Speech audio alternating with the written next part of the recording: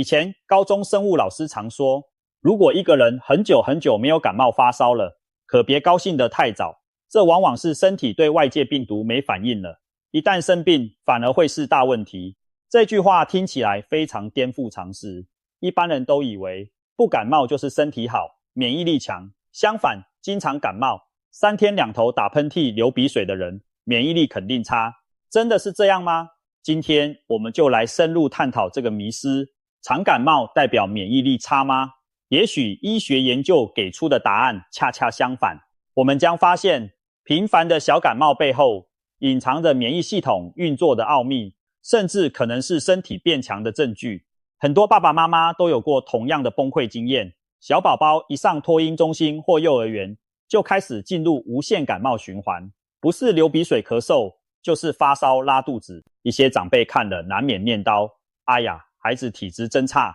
这么容易生病。甚至有的爸妈也开始怀疑，我家孩子是不是免疫力太弱，才会老是感冒。毕竟在我们传统观念里，身强体壮的人应该不容易染病，怎么这孩子3天2头往诊所跑呢？其实幼儿频繁感冒多是正常现象，未必意味着免疫差。医学统计指出，6岁以下的孩子平均每年感冒约6到8次，有些更高达10次以上，也属正常，属统计数据。换句话说，小孩1个月感冒1次都算常态，尤其每年9月到次年4月是各种病毒流行季，孩子可能几乎月月中奖，每次持续1-2周，等于一个健康幼童1年里有好几个礼拜都在流鼻涕，听起来很可怕，但儿科医生往往安慰家长，别急，这很正常，给孩子一点时间，让免疫系统经历锻炼成长。随着孩子年龄增加，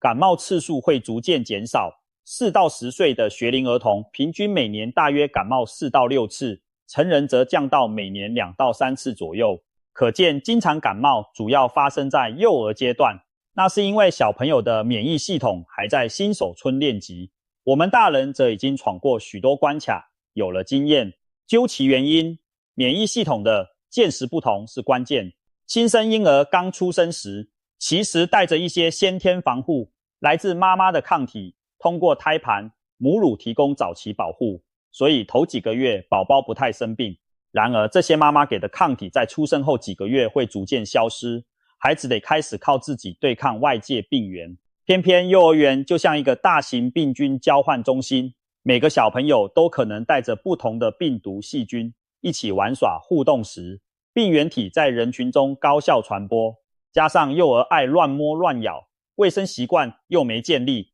病毒很容易透过手口传染。所以当孩子踏入团体生活后，感冒次数常常直线上升，让家长大呼吃不消。其实孩子容易感冒并不代表他们虚，恰恰相反，这反映的是孩子免疫系统还是菜鸟，遇到每种新病毒都得从头学起。感冒主要由各种呼吸道病毒引起，最常见的是鼻病毒、季节性冠状病毒、呼吸道融合病毒等。成年人之所以比较少感冒，是因为我们这辈子看过太多病毒，脸孔了，可能年少时已经感染过某株鼻病毒，身体就留下了对该病毒的免疫记忆。下次同款病毒再入侵时，免疫系统神兵火速到场，还没等病毒大量繁殖，我们就不觉得怎么样了。但小孩呢？前所未见的病毒实在太多，每遇到一种新病毒，身体都只能从零开始动员，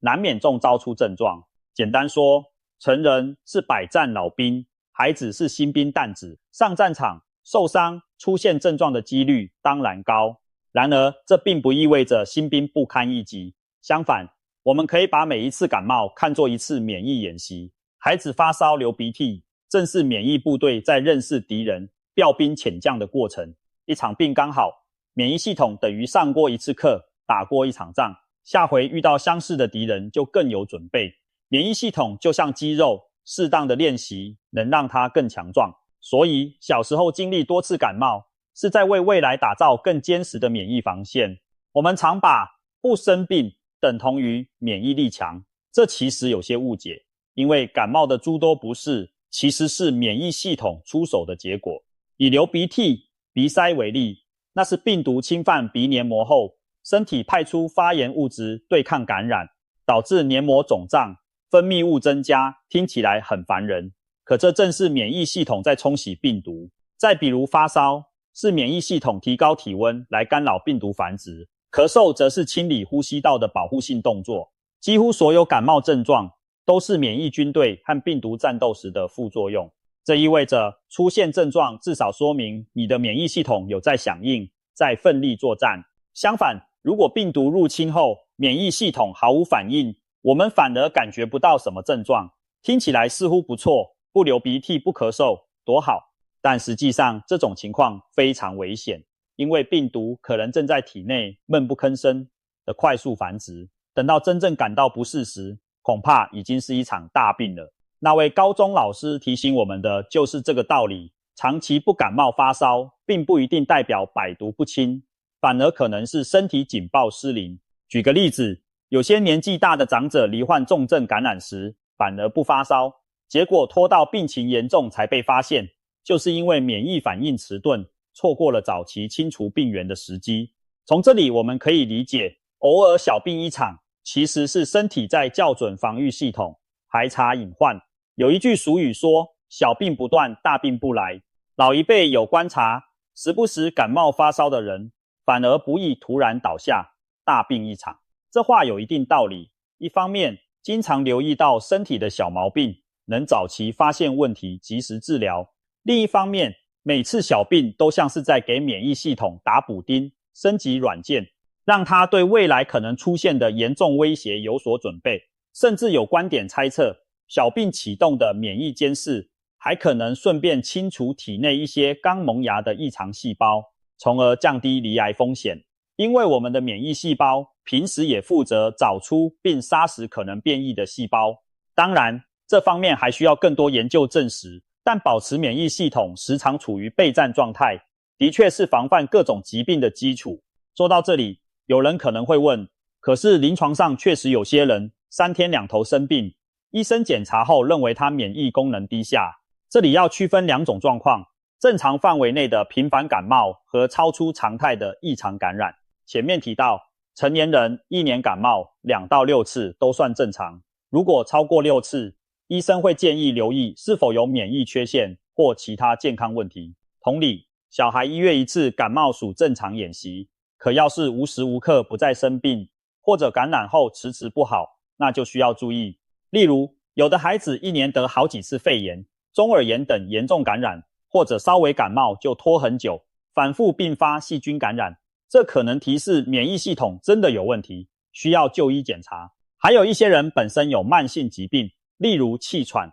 过敏性体质，因此比一般人更容易被病毒击到。这类情况下，常感冒确实是体弱的表现，需要透过改善体质来减少感染。但强调一次，大多数反复感冒的孩子并非免疫力差，而是免疫系统正在正常成长。就像刚开始去健身房的人，第2天肌肉会酸痛，那不代表他更虚弱了，而是肌肉在适应锻炼变得强健的必经过程。同样道理，孩子上幼儿园头1年狂感冒，也是在积累免疫经验。等到免疫系统记住了常见的几十种病毒型别，日后御敌便不会次次都重感冒，可能病毒刚进门就被拦截，孩子甚至没什么症状就把病源清掉了。此外，每个人的免疫反应强度不同，有些人天生免疫反应猛烈，一旦感染点小病毒就发高烧，症状剧烈，而有些人免疫反应温和，同样感染可能只轻轻打几个喷嚏就带过去，这也会造成看起来谁比较常生病的错觉。比如2个人都感染了鼻病毒， A 先生免疫系统火力全开，把病毒消灭，但自己也发烧咳嗽1周。 B 先生免疫反应低调，病毒在体内多待了几天才被消灭，期间他没怎么明显不适，只觉得有点累。结果是 A 明显生了一场病， B 似乎没怎样，但能说 B 的免疫力比较强吗？未必，或许恰恰相反， B 的免疫染的病毒其实在他体内逗留更久，所以不能光以有无症状论免疫高低。真正危险的是那种免疫反应又慢又弱的人，因为他们不仅不太发烧流涕，小毛病拖久了还容易变大病。聊到这里，我们其实已经隐约看到常感冒未必免疫差的几个理由。其一，感冒次数高可能是年龄使然，小朋友正常现象。其二，感冒症状表示免疫在战斗，不见得是坏事。其三，每次小病都在强化免疫记忆，长远看有助降低严重疾病风险。而最新的医学研究则从更直观的免疫反应数据上佐证了这个观点。尤其在近年新冠疫情期间，科学家对比了儿童和成人对抗新冠病毒的情况，意外发现孩子平常爱感冒，可能救了他们一命。全球各地的统计都显示，新冠肺炎对儿童的威胁远低于成人，孩子比较不容易出现重症。开始大家以为小孩是不是细胞上缺乏病毒受体，或是有什么特殊生理原因。后来几项研究把目光投向了孩子的免疫系统状态。2024年，美国耶鲁大学的科学家发表了一项研究，分析上百名儿童的鼻腔试纸样本著兼期刊研究。他们发现，在没有生病或只有轻微症状的情况下，很多孩子鼻腔里其实同时带着各式各样的病原体，有的简体里发现了感冒病毒，例如鼻病毒、季节性冠状病毒，有的还混有肺炎、链球菌等细菌。特别是1到5岁的小孩，将近一半，即使在没有症状时，鼻子里也检测得到病毒或细菌的存在。这听起来吓人，难道孩子们体内终日藏匿病菌？其实这正说明幼儿几乎无时无刻不在接触感染源，很多感染可能症状轻微到不被察觉就发生了。有趣的是，这项研究同时测量了孩子鼻黏膜中与免疫防御有关的分子，结果显示，凡是在鼻腔检出病毒的孩子，他们鼻黏膜细胞都已经启动了强大的抗病毒防御反应。具体而言，科学家发现孩子鼻腔上皮细胞里的干扰素应答，特别活跃干扰素是一种先天免疫讯号，可以让周围细胞进入高度警戒状态，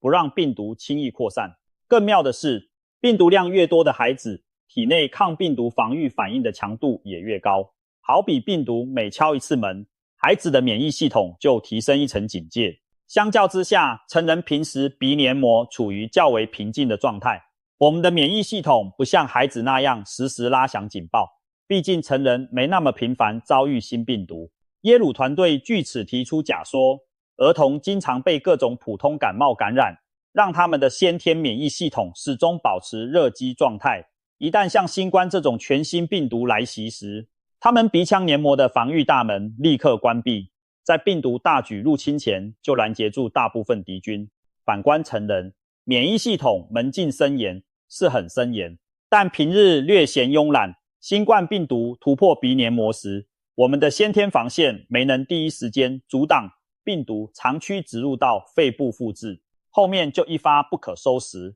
这也许就是为什么新冠疫情中小朋友普遍比成年人症状轻微的原因之一。除了先天免疫的快速响应，跨病毒的免疫记忆也很重要。一项瑞典卡罗琳医学院2023年的研究，聚焦在季节性冠状病毒引起一般感冒的一类病毒与新冠病毒之间的联系，著 PNAS 期刊研究。我们知道，引发感冒的不仅有鼻病毒，冠状病毒家族中也有4种常见株会让人感冒流鼻水。瑞典科学家发现，很多儿童在幼年感染过其中一种常见冠状病毒，例如 OC43 株，后体内产生的记忆 T 细胞不仅能识别该病毒，还能部分识别新冠病毒。他们在一些疫情前采集的儿童血样中，就找到了对新冠病毒有反应的免疫 T 细胞，那其来源只能是以往对感冒冠状病毒的免疫记忆。更惊人的是，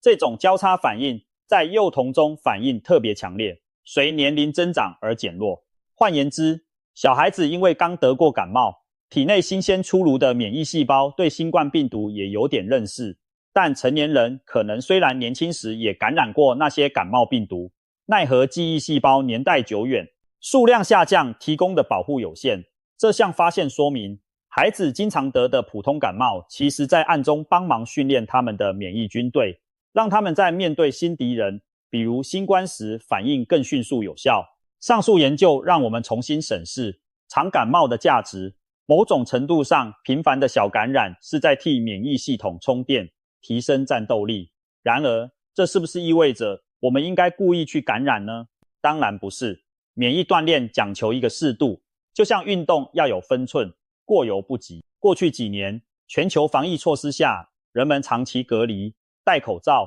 对流感、感冒等几乎是零容忍。结果意外带来一个新名词——免疫债。意思是说，我们欠了免疫系统一些练功的机会。随着疫情趋缓，不少国家在2023年前后放松了限制，结果小朋友们马上开始还债。各地儿科医院报告都提到，幼儿园和小学的孩子在解封后迎来了一波猛烈的病毒潮。平常夏天才流行的肠病毒，冬天的流感与 RS 病毒，这回不分季节地一股脑儿出现。有的小朋友同时感染2-3种病毒，烧得特别厉害。医生指出，因为过去2-3年防疫期间，孩子们很少接触病原体，免疫系统少了磨练，整体免疫力处于欠债状态。解封后病毒卷土重来，一下子全债讨回，孩子短时间内把该得的病都补上了，自然显得病例特别多，症状也比较重。这虽然让家长紧张，但其实是迟早要经历的过程。从长远看，熬过这波密集感染风暴，孩子们的免疫系统还是会变得比从前更强大，有经验。这就像一场免疫系统的补课，也反证了适当的病原暴露对免疫发育有益这个理念。几十年前就有卫生假说提出，现代生活过于干净，儿时缺少跟泥巴病菌打交道的机会，反而导致免疫系统调节失常，日后更容易得过敏或自体免疫疾病。当然，这并不是鼓励大家去吃脏东西提高免疫，而是说正常生活中的小病小痛其实是身体和环境协调共处的一部分。我们的免疫系统是为了对抗外敌而设计的，如果把它一直关在无菌室里，它反而可能变得敏感脆弱，一旦遇到敌人就措手不及。现在我们可以回答一开始的问题了，常感冒代表免疫力差吗？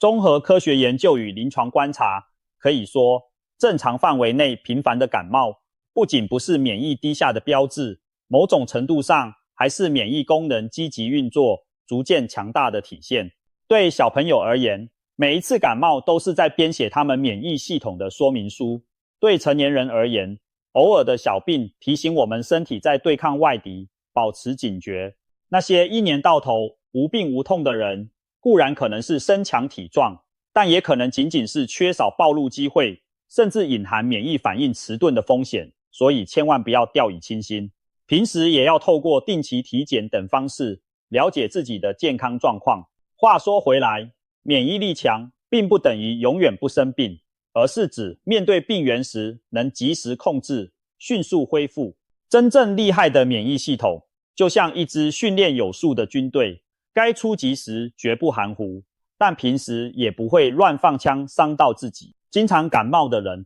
并非注定体弱多病，如果每次都能好好休养，顺利康复，那他的免疫系统其实在一次次战斗中变得更加见多识广。反之，很少感冒的人也未必高枕无忧，一旦遇上大病，可能因缺乏实战经验而手忙脚乱。总而言之，我们应该以平常心看待感冒，该来的小病躲不掉，不如调整好心态，注意休息，均衡营养，让免疫系统把该打的仗打完。同时，生活中做好合理的防疫措施，例如勤洗手，该打疫苗时打疫苗，这是在给免疫系统当助手，而不是把自己关在无菌泡泡里。经历风雨才能见彩虹，对免疫系统来说也是一样的道理。下次再遇到打喷嚏流鼻水时，不妨想一想，也许正是你的免疫小战士们在辛勤操练，为守护健康而努力奋战。我们要做的就是配合他们，安心养病，静待胜利的那一刻。免疫力就在每一次小小感冒中成长茁壮，让我们最终拥有对抗风浪的底气。